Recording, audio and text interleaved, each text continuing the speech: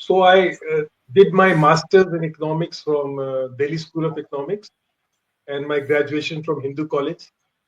And just to give a very brief biodata of myself, the day I completed my master's in economics from Delhi School, the next day I joined my alma mater Hindu College as a lecturer. So it was a big transformation for me to go from the classroom straight into the staff room. And I liked it. I enjoyed it. And since one had done his post graduation in economics, one took the Indian Economic Service exam, and I was selected, and I joined it. And I've been in that service for about 37 years, as you said, and I loved each and every moment of it. Economics as a discipline and economics as a profession is really interesting in 1991. What used to be sort of closed door meetings in the bureaucracy, let's say industrial policies being made, it used to be hush hush and it used to be a closed door meeting. Eventually, it was made transparent. The draft would be put up on the uh, ministerial website, comments would be sought, meetings would be held with stakeholders. That's a favorite word these days, stakeholder consultation. No policy is complete without stakeholder consultation. So it's a box you have to tick. And the government can do, which will bring them the fruits uh, of policy making. Because ultimately, you will realize ultimately that good economics is not always good politics. As a policymaker, we realize that we sometimes have to go against our grain and come up with policies and suggestions which suits the government of that time. Very deftly got into the global economic and political world, and a lot of it is thanks to the. I always say it flows from the top. Our prime minister is very savvy on international relations, and his personal equation with the global leaders also helps. So politics, there's a lot of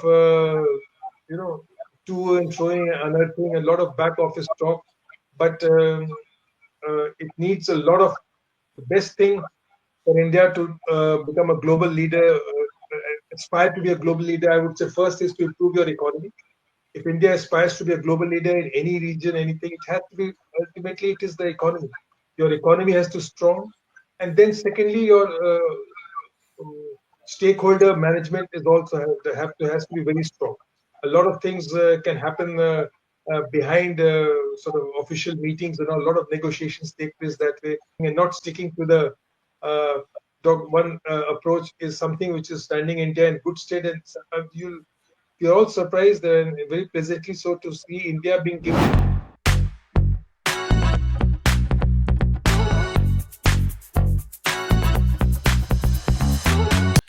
Welcome to this podcast, Career Talkies with Abhilash.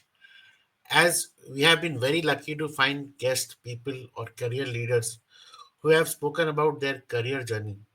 Today, this episode, we have Shri Anand Singh Bhal, Indian Economic Services, retired, and he was the formerly principal economic advisor to Government of India. Welcome, sir. Thank you. Thank you, Abhilash. It's a pleasure to be here. Sir, I have a very short introduction for you and for the people who are hearing us to know about you. And I've tried to be as much I could cover in and so that you speak more and I don't speak much. So I would apologize in earliest that if you feel that I've missed out on any part of your importance and immense contribution which you have Oh, made in the public service. no problem. That's fine. So today we have the honor of hosting Shri Anand Singh Bhal, a veteran development economist and retired or formerly principal economic advisor to the Government of India. With an illustrious career spanning over 37 years, and he has worked across district, state, national, and international level, representing India. A proud officer of the Indian Economic Services, Shri Bhal has led influential roles in several key ministries, including the Ministry of Finance, Ministry of Urban Development, and the Department for Promotion of Industry and Internal Trade, DPIIT, where he played a pivotal role in driving industrial growth, FDI reforms, ease of doing business, and regional economic development. His policy contributions have been shaped by a rare combination of grassroots experience and top level strategy, further enriched by his work with the UK aid agency and his tenure as a faculty member at Labasna LBSNNA, where he trained future civil servants. He is known for his data driven approach, visionary insights, and deep understanding of political economy. Shri Bhal continues to guide private and public institutions as a thought leader and a mentor. Futures will know India about smart cities and the smart projects, and he is one of the pillar or contributor of the entire project. We would be talking more about his experience, his journey through the corridors of power, the role and various exposure which he had as Indian Economic Services officer, and as many aspirants, UPSC aspirant hear about or are listening to us, we would also request you, sir, for advice for people who are trying to make career in public policy and economics. With this, I welcome sir. Welcome to the show, sir. Thank you so much. Thank you, Abhilash. Sir, you have been, as I mentioned in the introduction, that your journey cannot be just defined by a service because the India when you entered into the service, I think 1985, and the India of today has changed immensely, or the kind of the pace of change has been too much. Even we do not understand from the books that what they are saying of 1985 or 1990 India and what we are talking today of 2025. Sir, I would like few way to start this discussion. One of them would be your own starting journey, that your early days, what inspired you to pursue a career in economics and eventually join Indian Economic Services, and something about your initial days. Then we will discuss more on your policy making and leadership roles. Okay, Abhilash. So I did my master's in economics from Delhi School of Economics and my graduation from Hindu College. And just to give a very brief biodata of myself, the day I completed my master's in economics from Delhi School, the next day I joined my alma mater Hindu College as a lecturer. So it was a big transformation for me to go from the classroom straight into the staff room. And I liked it, I enjoyed it. And since one had done his post graduation in economics, one took the Indian Economic Service exam, and I was selected, and I joined it. And I've been in that service for about 37 years, as you said, and I loved each and every moment of it. Economics as a discipline and economics as a profession is really interesting. There's no end to the amount you can learn. There's no end to the amount you can sort of uh, internalize. There's no amount to the uh, effort you can use economics as a filter to study the entire world. And I've been lucky that way. I got into the Indian Economic Service. My first posting was in Ministry of Commerce, and suddenly within 2 years, I was sort of pushed up to the Masuri Lal Bahadur Shastri National Academy of Administration as a faculty member, assistant professor economics.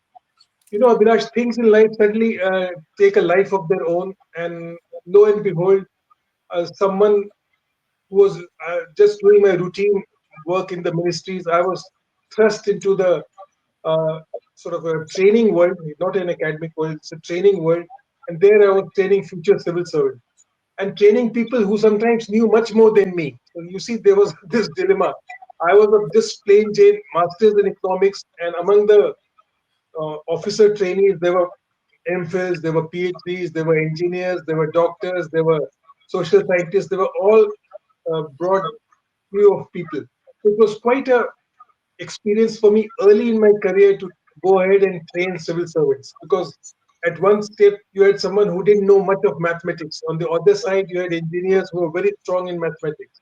And then you had MPhils in economics, you had PhDs in economics. So it was a very sort of all different kind of group. And for me to reach a common understanding for them was a huge struggle. And I must say, it really shaped me for my future. For someone who has just done a master's in economics, you know how it is in Indian universities. You study, you read the models, you do the assumptions, you do some quantitative, and lo and behold, you are a master's in economics. But then to go and to a training academy, and that to an elite training academy like the Shastri, Lal Bahadur Shastri National Academy, to train civil servants who are there, some of the best in the country, and I would say in the world, and to try and explain things to them was really a sort of experience by fire for me. And that I was really grilled, and I later on realized that it really shaped a lot of my thinking and my understanding. You know, sometimes well, I was very unhappy. The days had to take my classes at the academy, I was so nervous initially that I could not eat my breakfast because you're facing a group of 60, 70 officer trainees, and they're all highly trained and highly skilled, and they are sitting on good jobs. So you see, they're not as reverential to the faculty as you would think they would be. They're also out to sort of have fun and take you on. So it was a really nice training ground for me, and I made friendships with officer trainees, which have stood by me all through my life. So it was a very different start to my career as compared to most of my other colleagues who went on and just joined ministries and started doing the routine work in the ministries of, policy making, preparing briefs, preparing speeches for the seniors and all, or running programs, monitoring programs, things like that. For me, it was a different step on the ladder. I jumped straight into the training field straight after joining the service, and that is how my career was slightly different. And this is how I like to start, Abhilash. Yes, I find it very interesting. You're being very humble also. Like when you mentioned that at the initial age of initial career days, you are as a trainer in assistant professor in Lal Bahadur Shastri National Academy of Administration. Yeah. You mentioned that you are nervous to face people or face the 70 odd Yes. officers who came from various. But I have heard stories where they say they do not understand economics. Economics is what they find very difficult. And it is the perspective that they gain at the Labasna or the academy through which their entire career, because what we read in books define in a very large level or a very academic level for getting a marks or writing something, but what we understand in academy, it is made you to understand when you go and serve on the ground. That was what I was told by many of my friends who have been there in that. So when I was, so I want to ask you that, so, like, what exactly is the perspective, or how did you actually uh, I'm sure that you would, after the first nervousness, you would have already cracked them, and they would be influenced by you, or being a teacher, they would definitely come to you to ask questions. How did that happen? How did that initial hesitancy went off, or what exactly happened? See, Abhilash, as you will know quite well, for us, for a trainee or for a student to learn something from the teacher, he or she first has to like the teacher. If you put up a wall between yourself and the students, then the assimilation process doesn't go on smoothly. So fortunately, I have a very sort of no hassles personality. I used to interact with the officer trainees on and off the field, on the playing ground, on the various socio-cultural activities. So I became very friendly with them. So then, when I came to class, to try and explain things to them was much more easier for me. Well, Abhilash, ultimately, you realize in government policy making, okay, you need to know the instruments, the techniques, but ultimately it is graduation or maximum post graduation level economics made simple. You just have to know the basics. You have to know, like in economics, you have to know your supply and demand. You have to know your marginal cost and marginal profit. You have to know the various forms of market, and you have to know a bit of macroeconomics and international trade. So at the Masuri Academy, we would train probationers on things which were relevant for them and not the entire universe of economics. Right. So development economics was more important for them. how countries develop, what is regional economic, why regional uh, economic development is good, why too much of inequity in the system is not good, and what are the anti-poverty programs, how can it be employment based, how can it be asset based. Those times the programs are something called IR, integrated rural development program, old programs, IRDP, and they were employment based programs. So through examples, through discussions in class, we had to sort of explain things to them. And the good thing about the Masuri Academy was it was that way, a lot of discussion based. It was not a one-way flow from me as a faculty to the students, because as I told you, some of those students were as good or better qualified than me, and a lot of them came with enough confidence, and also they could always ask me, especially the people from engineering background. A lot of people come there from very elite engineering institutions like the IITs, RITs, VITs. They will start questioning, especially a young faculty member, saying why, what, when, so what, why. It's very easy to ask those questions. And I realized it's not so easy to answer them. Uh, uh, Approach like a science doesn't work out in public policy. Like, yes, yes.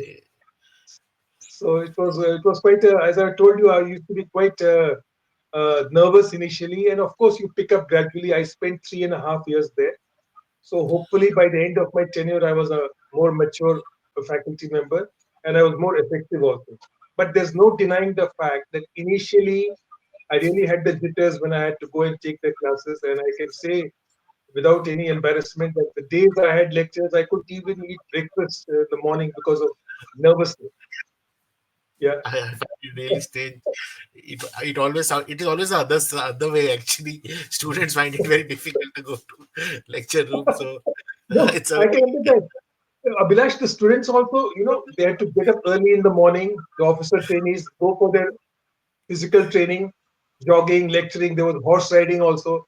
So it was not easy for them. It was not easy for them. After having the usual hostel stuff, you're going crashing late at night, and then you are asked to get up at 5:30 in the morning and be in the field by 6 and do your physical training. Sometimes some of you have to do horse riding and stuff. It was quite a tough thing for them. So uh, often in class, you'll find some uh, to sleep. some of the students sleeping, crashing. But then you have to learn to live with it. You have to learn to live with it, and you can understand their compulsion. Someone who's been a sort of serious student all his life suddenly is made to jump and dance early in the morning, ride a horse, and then come to class. It's quite something for them. You know? Wow. I think, as you're saying, even I feel if it was given to you and it becomes a blessing in disguise, like Yes, your journey, initial career. So now it's to the yes, next phase of your life, like I yes, mean, because I somehow feel that during the same time 1991 happened, and what we learned that the way of looking at the Indian economic development, progress, or various type of HDI index, and all these things came into studies and incorporated in the part of development economics as well. I'm not a big economic student, but I do read newspaper and I understand from that perspective. So I would want to understand, sir, that journey, uh, so that I mean, what was your take, and how, as a public policy officer and a economic service officer, your entire career in that duration, uh, the next phase of the career. yeah. So, Abhilash, as you very rightly put, 1991 was the defining year. That was the year the big bang reforms were unleashed by the team of, that Manmohan Singh, Narasimha Rao, Chidambaram and company. So it was, if you have to talk about economic policies in India, it can be divided into before 1991 and after 1991.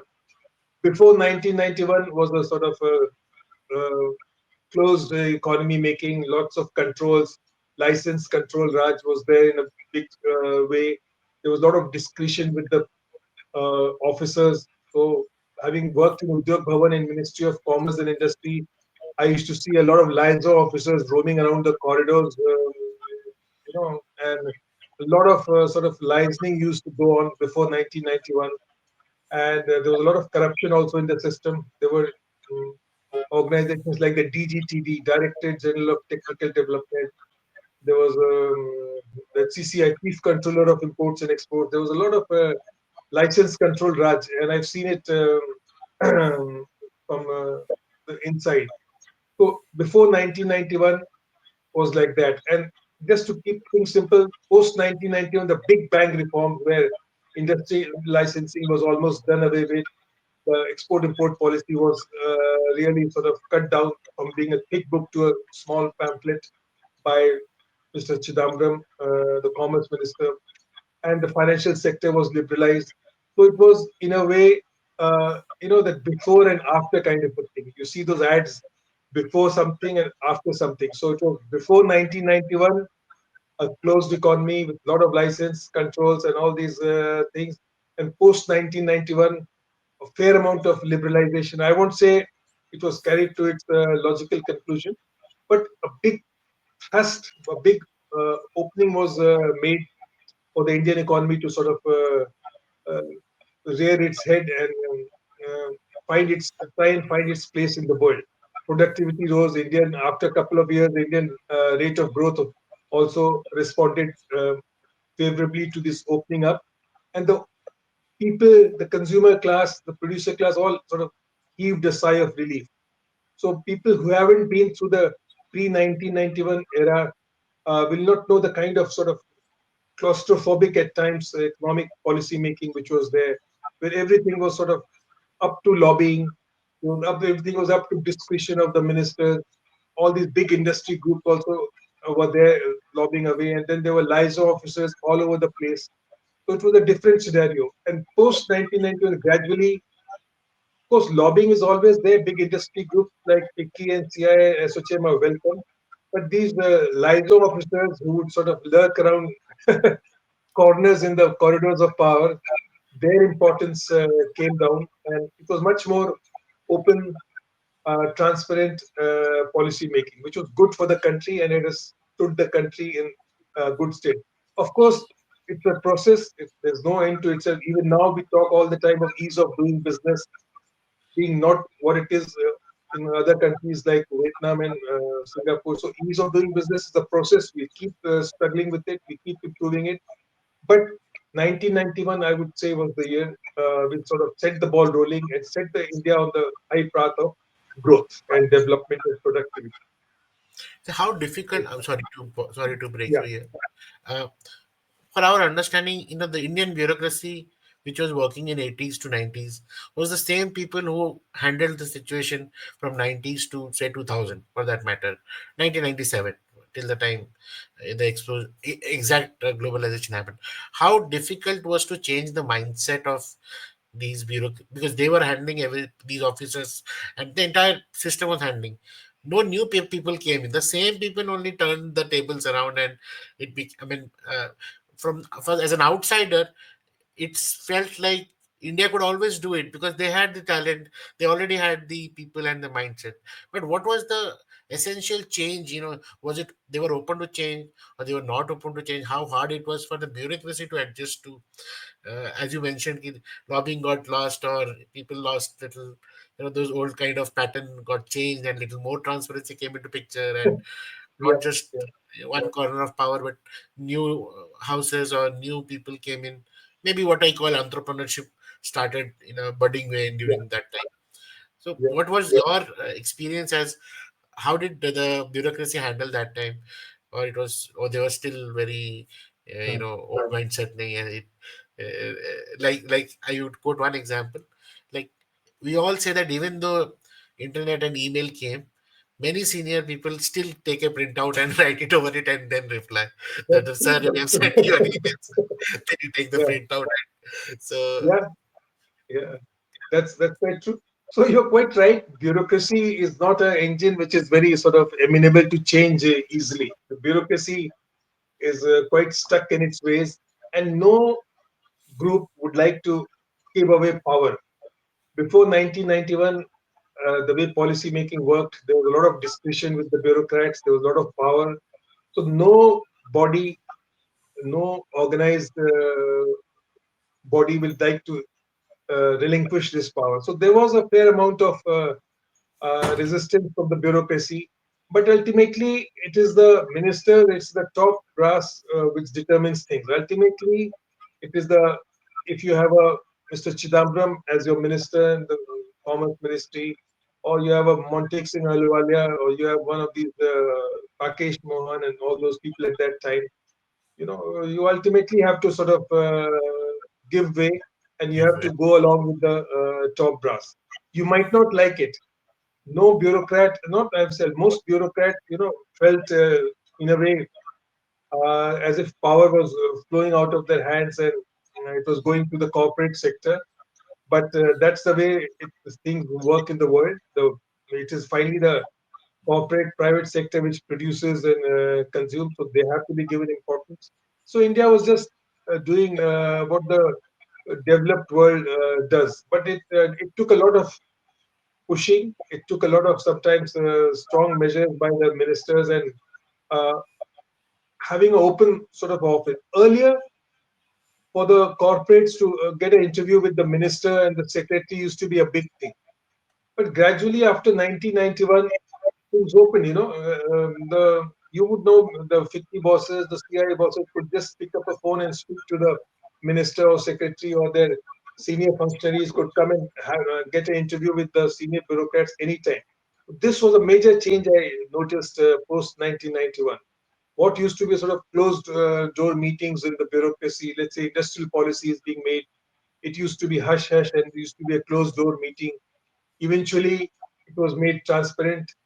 The draft would be put up on the uh, ministerial website. Comments would be sought. Meetings would be held with stakeholders. That's a favorite word these days: stakeholder consultation. No policy is complete without stakeholder consultation. So it's a box you have to tick, and that has really improved policy making. That has brought in transparency, and that's the way to go. That's the way to go. That is how India is sort of progressing, and that's how we would like things to be. Fantastic, sir. Actually, this was an insight I wanted to hear from you because in our normal day to day, even when parents say something to do, change tomorrow, you have to do this thing, we resist it. And when Yeah. it comes to India, so it's a very huge thing. You have a Yes. power, you have something. So now, sir, coming to the last section, or it's a more of advisory section.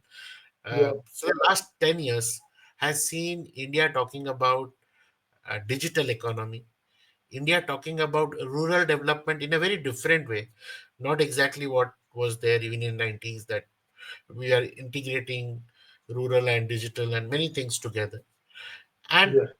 climate change or these kind of terminology coming also in economic, or in fact development economics also sometimes they are incorporating sustainability and all these things. Yeah. Your thought on that, and especially thought from the perspective of young minds who want to contribute in public policy or civil service, or maybe in the economic services or these sites, what should be their way of looking at things?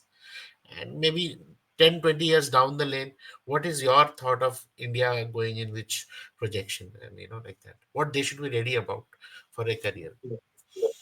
See, my sort of suggestion to the youngsters who are looking for a career in policy making or the government is, now knowledge is power. The power of when you had license and control Raj is over.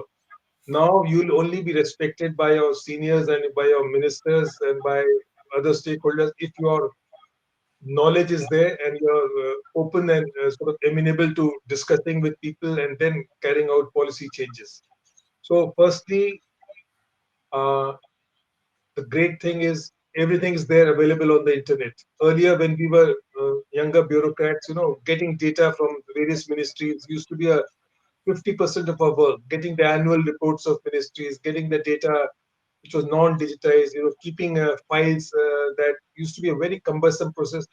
But the Indian Economic Service uh, role was quite there in, keeping data together, and at the moment, at the beck and call of the senior bureaucrats and ministers, providing the data in a sort of amenable form so that it could be used in policy making and in briefs and in answering parliament questions and all. But now all that information and data is easily available. So now we've gone to the next stage, and now so the young people, the young students, the trainees, the young officers who would like to join. now have to be very conversant with the different sources of data.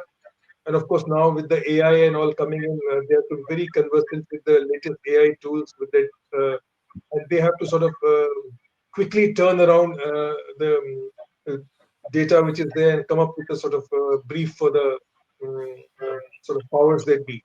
It's very important in the bureaucracy. You don't have the luxury of doing a lot of research and then coming up with something. Often you have to provide things on by yesterday. faster. So Right, you know right. you have to do. So you have to, everything is to be done yesterday. So if policy on semiconductors is to be made, you'll be asked to sort of give the international exposure. You'll have to be asked to India specific conditions, and then you'll be asked for your solution finally. So one strong thing I always suggest to young officers is when you're preparing a brief, don't just give the overview and the current state of play. You also give in your suggestion on how things should go on. Because a senior officer, bureaucrat, or minister is okay with the scenario analysis, but he's also looking for sort of the let's say the low hanging fruits. So you have to suggest what are the earliest low hanging fruits the minister or the government can do, which will bring them the fruits uh, of policy making. Because ultimately you will realize ultimately that good economics is not always good politics.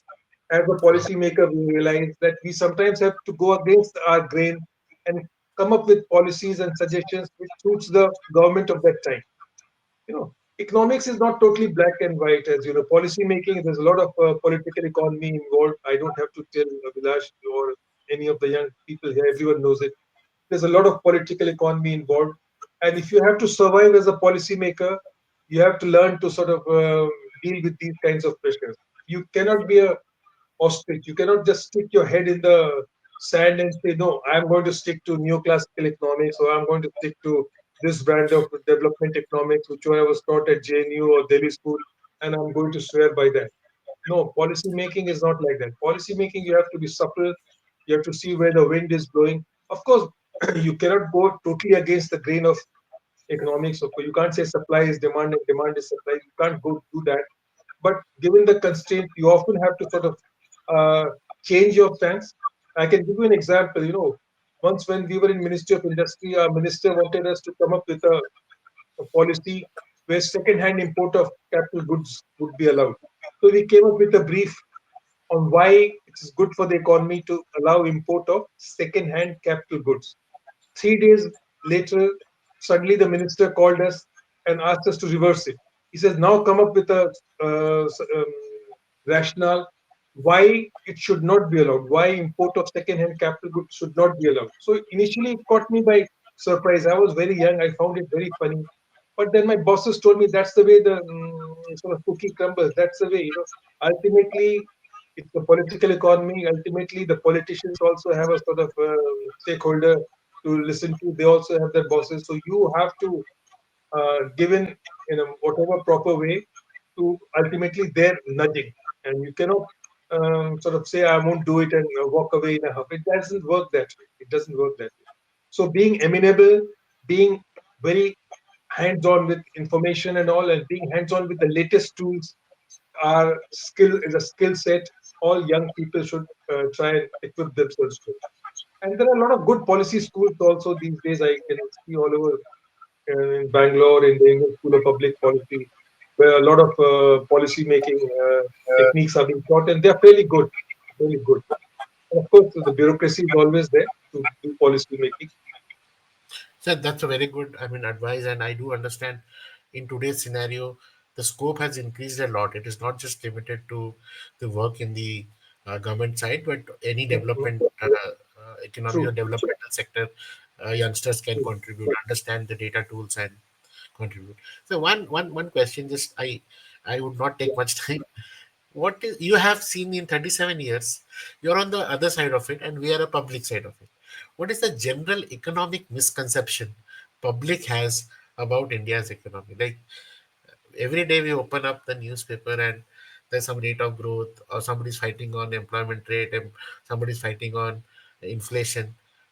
I somehow I fail to understand that what is that people fighting about when they don't understand that there is no common index every time. It's not like yesterday your blood pressure was this and tomorrow it is like this. So I feel there is some there is an economic misconception or clarity is not there. So from your side, with all your experience, how would or what would you rate as the biggest economic misconceptions India has or Indian public has they should work around or See, read about? Abhilasha, that's a good question. What I'll say is broadly, whichever political party is at the helm, at the center, broadly our policy making is sort of uh, middle of the road and things, and the pace might change a little, but we are like, as my earlier boss Ashok Lahiri used to say, policy making in India, economic reforms in India are like we are like a big tanker. We just keep going in one way. It's not that we reverse and we change direction. That doesn't happen. So if the public sometimes feel that if government A, X government will come, or if Y government will come, things will change in a substantial way. It doesn't work that way. Same political party, when it is in opposition, will criticize things, but when it comes to power, it will sort of accept the same thing and go and run with it. So this is I would say, is a big myth that if you think the government of the day will change, then the policy making or the economic reforms will be drastically altered. That doesn't happen. We are, as I'm very fond of my Dr. Ashok Lahiri, my earlier chief economic advisor statement. Economic reforms in India are like a big, huge oil tank that it goes slowly, slowly. Gradualism is the name of the game, and it will keep traveling. And it will not reverse direction like a small boat, speedboat, and things will not happen if the government changes. So, whether we like it or not, governments may come, governments may go. Broadly, the economic reforms and policy making go more or less the same way. So very rarely do we make a very about turn kind of economic reform. Although this government is quite a strong government, and sometimes it has done. I won't name any policies. Sometimes it has taken policy measures which are very robust and strong and would not have been possible in the earlier regime. But overall, I would say the one myth which people have is that when governments change, economic policies and reforms will change in a big way. That does not happen in India. So, Abhilash, that's my one point, which I would say that is a myth people would think. And secondly, sometimes I think people attribute a lot of power to the government. The government unemployment, let's say, is a big issue in the country. Is there? But the government can only do so much about it and nothing beyond it. Ultimately, the entrepreneurs, the private sector, it's the way the market is going, the way the international economic scenario is happening, that will determine the employment and unemployment scenario in the country. The government, of course, can give it a nudge, give certain incentives and all, but one should not give too much. One should not have too much faith and hope in the government that it'll just swing a magic wand and things will improve in the country. It doesn't happen. That मैं doesn't Hindi में बोलना चाहूंगा sir actually यही जो magic wand वाला ही mindset है लोगों का जिसके वजह से वो happen. समझ नहीं पाते कि it's always a Yeah, blame game and I feel yeah, आपने जो एक अच्छा सा कोट बोला good economics is not good politics I yeah, think that is key takeaway today because now I realise कि 25 साल का भी अगर आप जब भी देखो when I was in 97 it was looking good अब पीछे से जाके वापस पढ़ो तो 97 was very slow because you have moved in 2010 and you're trying to see what was happening yeah, in 97 98 so yeah, ये एक स्लो शिप पर टैंकर की तरह चल रहा है धीरे धीरे at yeah, it's own pace and it is not doing a like फटाफट चेंज नहीं कर रहा track so that's a very good insight sir and in fact I think this is the takeaway today because initially only I thought perspectives नहीं आते इन लोगों को and they don't understand when it comes to economics what are the perspectives they should look at it and mota moti it is all about this uh, how you read the newspaper how the newspaper journalists write it or the words they use it that yeah, becomes more prominent in the way to hear or observe the news or public policy yeah. but then I think I've exceeded a little bit of time. I would just like to say, sir, if you want to advise something more on the as last words for this session today, and then we can close the sessions. See, what I would like to tell my young friends and colleagues is uh, government is not the last only thing you can indulge in policy making with.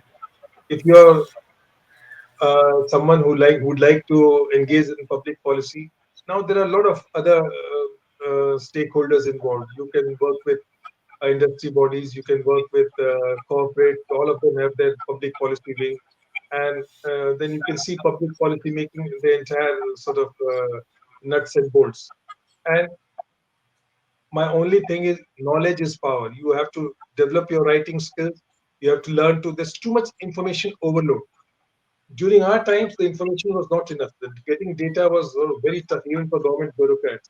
But these days, there's information overload. You have to sift the wheat from the chaff, and you have to concentrate on the right thing, pick up the right sources of information, develop your writing skills, and internalize your sort of thoughts, and learn to use your.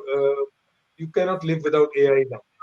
The artificial intelligence tools are making a lot of work which young economic service officers used to do redundant. You were asked to go and collect information, collect briefs, prepare that. All that is available on your fingertips now. So you have to go beyond that. You have to learn to use your discretion. You have to learn to use your analytical points. You have to learn to use, your intelligence to come up with that bit extra. So that's what my advice to young people will be. Abhilash, just one thing I forgot. Think tanks are a very important thing on the economic scenario now. With all this ICRIAR and RIS and CRIS and all this, think tanks have become a very important part of the process. And the government, one last bit, is now relying a lot of outsourcing a lot of information to consultants.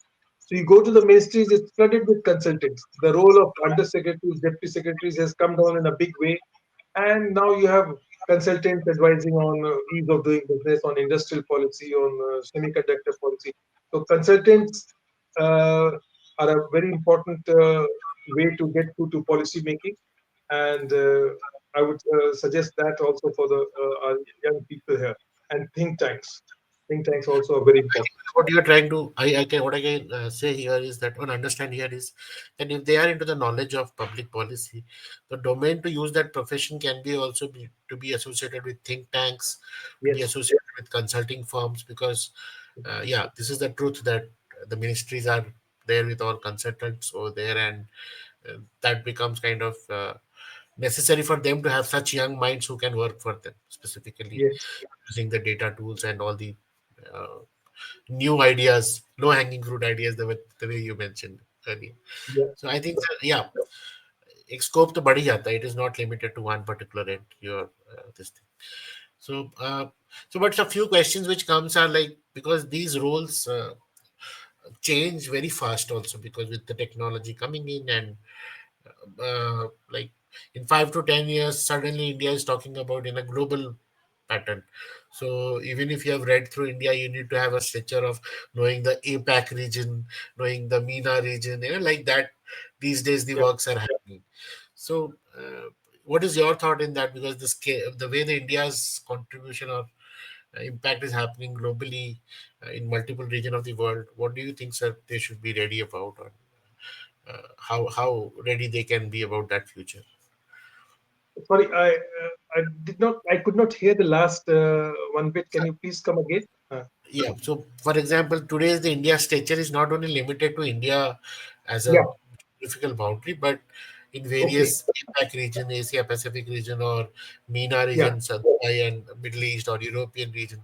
So, India's Yeah. Yeah. stature Yeah. on public policies impact is impacting those areas also. That's So, true. That's true. I'm trying to ask that, what do you think these young mind, how do they scale up their uh, contribution in public policy, because now the scope becomes very wide, while sitting inside or sitting here in Delhi, Bombay, or wherever.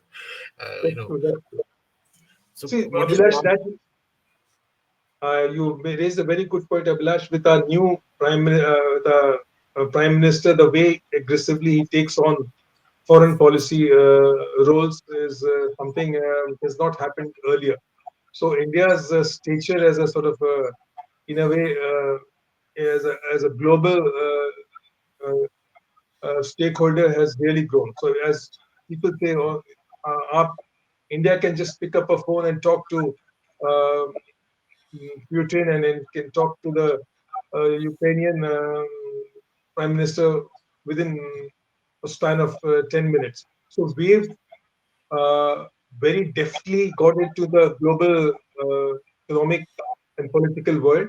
And a lot of it is thanks to the, I always say it flows from the top. Our prime minister is very savvy on international relations, and his personal equation with the global leaders also helps.